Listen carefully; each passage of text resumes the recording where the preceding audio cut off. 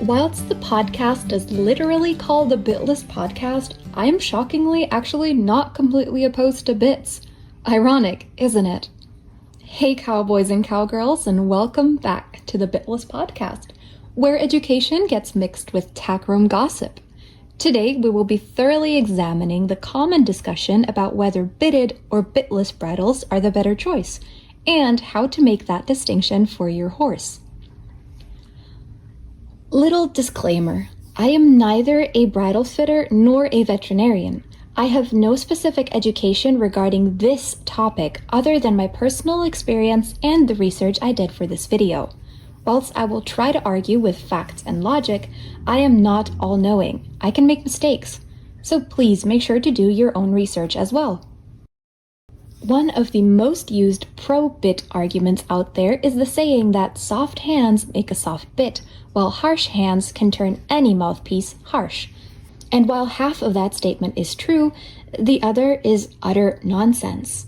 Yes, harsh and unsteady hands can turn even the softest bit into a torture device.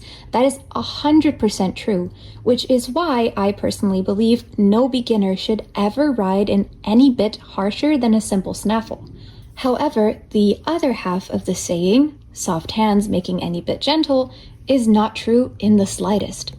Many bits are simply mechanically flawed, meaning that no matter how they are used, they can and will cause anything from mild discomfort to true pain within horses' mouths. We have to keep in mind that bits were not invented with gentle cues in mind. No, they were created over 5,000 years ago to control horses. Often made from harsh materials like bone, they were designed to fully control these equines in warfare, agriculture, or for simple transport.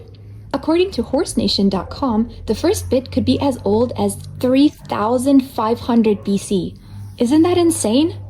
Fine communication and gentle cues were only popularized around the same time dressage shifted from warfare training to an art form and sport.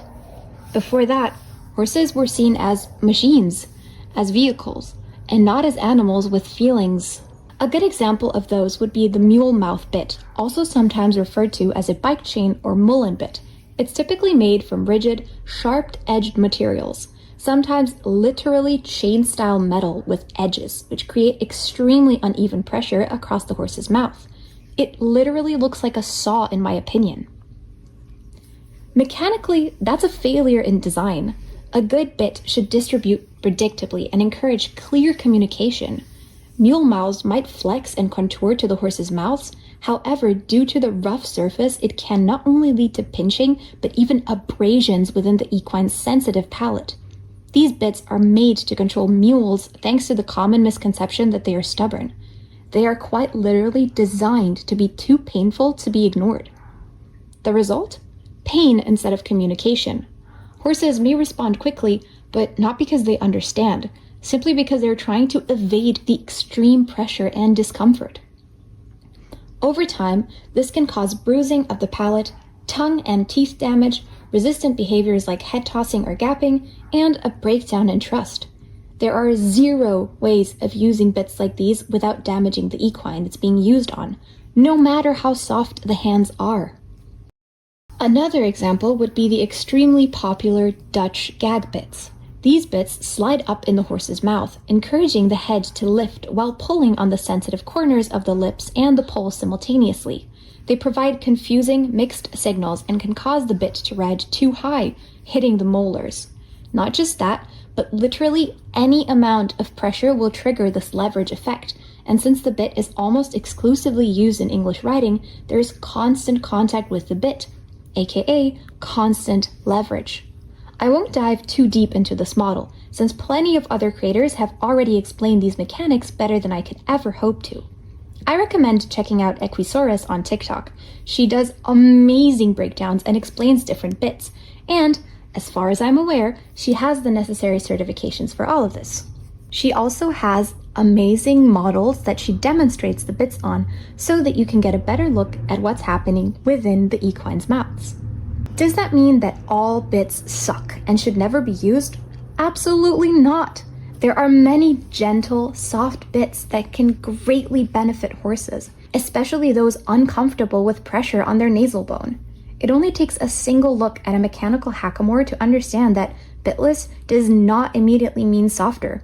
It all depends on the model chosen and, of course, the rider's capability. Just because someone has ridden in bits for years does not mean they understand how to ride bitless. The mechanics are different and not really comparable, with most bitless bridles not having been designed to be used in short rein contact. Even within the same category of bitless, different bridles work differently and cannot be used the exact same. Much like a Western shank bit is not comparable to an English eckbutt, side pulls and bowsles are worlds apart. One of my favorite bits are those with copper rollers. They are great for anxious or restless horses. The copper leaves the bit tasting slightly sweet, and the roller is basically a fidget toy for them to mess with while working to de-stress. A perfect example of these working would be Taz from Mountain Built, a very anxious Appaloosa that they've been training and making great progress with. Please check out their channel to learn more about this bit and how it may help with nervous horses. While I do believe each and every horse can be broken in or started bitless, a horse that's been ridden with a bit for all its life could really struggle to adjust to bitless riding and might even hate the pressure on their nose. A horse that's only ever been ridden in a tight, short-reined gag will likely not understand a hackamore. That does not immediately mean the horse does not like the hackamore, it just means it's going to take a long time to adjust to it, and, of course, for the rider to properly refine their communications. Sometimes that just isn't worth it.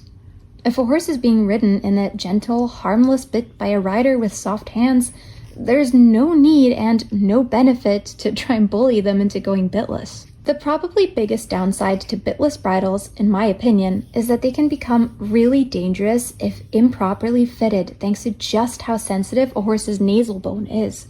Though, to be fair, if someone is yanking the reins harshly enough to break a bone, they shouldn't be riding at all, bitless or bitted. But then, how do we find the best option for our horses? Different horses prefer different bridles, and as long as the final choice is not mechanically flawed or downright abusive, I believe each and every equestrian should find what works best for their horse. Trial and error, as well as a close cooperation to a professional bridle fitter, is the best course of action. But there's one burning point that we do still have to address. If your horse does not behave in a certain bit, the solution is not to just get a sharper, harsher bit. The sheer amount of times I have seen people excuse the use of extremely damaging bits simply because they have a strong-mouthed horse is insane, and more proof that we, sadly, always try to find the fastest solution to a behavior instead of trying to figure out why it's happening. A quick band-aid fix instead of looking deeper. Horses are not like humans. They lack a prefrontal cortex and don't act out simply for the sake of it. If they're being naughty, they're trying to communicate with us, and it's our job to try and figure out what they're trying to say. No, bad behaviors are not always linked to pain. Sometimes they just show through the cracks of a weak foundation. A good rule of thumb is always to make sure you train the basics, even if your goal is high-level showing. If your walk is not flawless, you can't expect a smooth trot. If your communication and canter sucks, jumping obviously won't be easy either.